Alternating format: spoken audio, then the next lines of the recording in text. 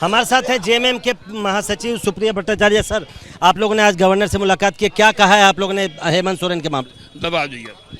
क्या कहा है हेमंत सोरेन के मामले? हम लोगों ने कहा कि पिछले 7 दिनों से पूरे राज्य में राजनीतिक असमंजस की स्थिति है। उन्होंने भी इसे एक गंभीर चीज बताया कि मेरे पास भी ऐसी सूचनाएं हैं। मुझे पत्र 25 को प्राप्त नहीं हुआ, 2 दिन बाद प्राप्त हुआ।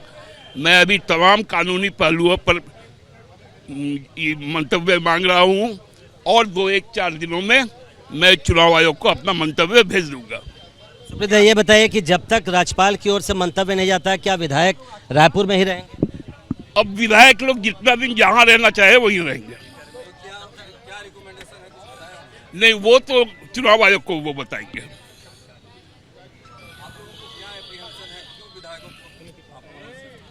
हम लोगों का कोई एप्रीहेंशन नहीं है।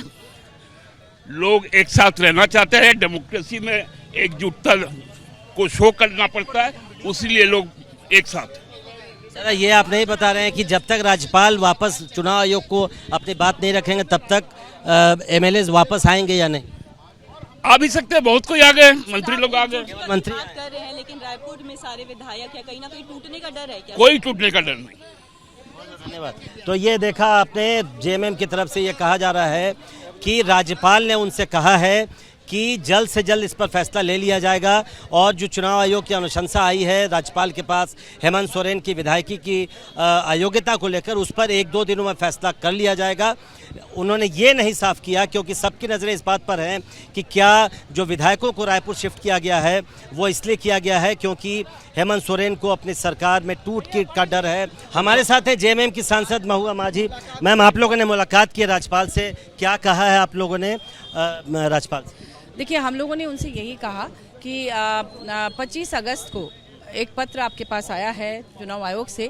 ये सूचना हम लोगों को मीडिया के माध्यम से मिला और उसके बाद से तरह तरह के कयास लगाए जा रहे हैं और भाजपा के सांसद और विधायक और जितने भी पूर्व मुख्यमंत्री वगैरह तमाम लोग बयानबाजी कर रहे हैं, अपने ट्विटर में ट्वीट कर रहे हैं।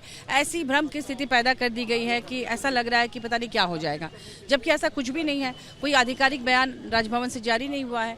तो इसीलिए हम लोगों ने उनसे कहा कि आप जो कुछ भी है आप उसे स्पष्ट करें ताकि भ्रम की स्थिति ना रहे। हम लोग हर एक चीज़ के लिए तैयार हैं। केवल भ्रम है या राजनीतिक अस्थिरता भी है? सरकार भी अस्थिर हो रही है? बिल्कुल अस्थिर इसलिए हो रही है कि ठीक से काम नहीं हो पा रहा है। लोग तैयारी कर रहे हैं, क्योंकि जिस तरह से पूरे देश में हॉर्स ट्रेडिंग हो रही है, इससे कोई भी सावधान रहना चाहेगा, इसलिए काम भी ठीक से नहीं हो। देरी होती है तो आप लोगों को सरकार जाने का भी डर है? सरकार तो इसलिए नहीं जाएगी क्योंकि हमारे पास इतने अधिक आंकड़े हैं कि उसमें तो कोई खतरा है ही नहीं।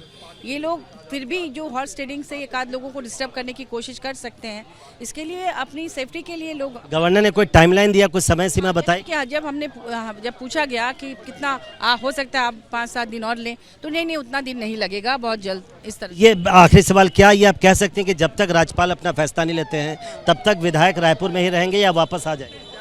ये तो अभी तय नहीं हुआ है, पहले 1-2 दिनों में उनका बयान आ जाने दीजिए, फिर हम लोग देखते हैं। बहुत बहुत शुक्रिया। तो ये अभी तय नहीं हुआ है कि क्या जब तक राज्यपाल का फैसला आता है तब तक विधायक रायपुर में ही रहेंगे या वापस आएंगे। तो निश्चित तौर पर झारखंड में जो राजनीतिक उठापटक है उसका सिलसिला अभी जारी रहने वाला है, क्योंकि जेएमएम और कांग्रेस नेताओं का ये दावा है कि राज्यपाल ने उनसे कहा है कि अगले 1-2 दिनों में इस पर अंतिम फैसला ले लिया जाएगा। जो चुनाव आयोग की सिफारिशें आई हैं उनके पास हेमंत सोरेन को लेकर, उस पर अंतिम फैसला ले लिया जाएगा और इसीलिए वो 1-2 दिन और इंतज़ार करेंगे। लेकिन ये कोई भी नेता बताने की स्थिति में नहीं है कि अगर राज्यपाल का फैसला और देर होता है या राज्यपाल का फैसला जब तक नहीं आता है तब तक जो विधायक रायपुर में ठहरे हुए हैं वो वापस झारखंड आएंगे या नहीं। कैमरामैन हेमंत सूद के साथ प्रशांत, एबीपी न्यूज़, रांची।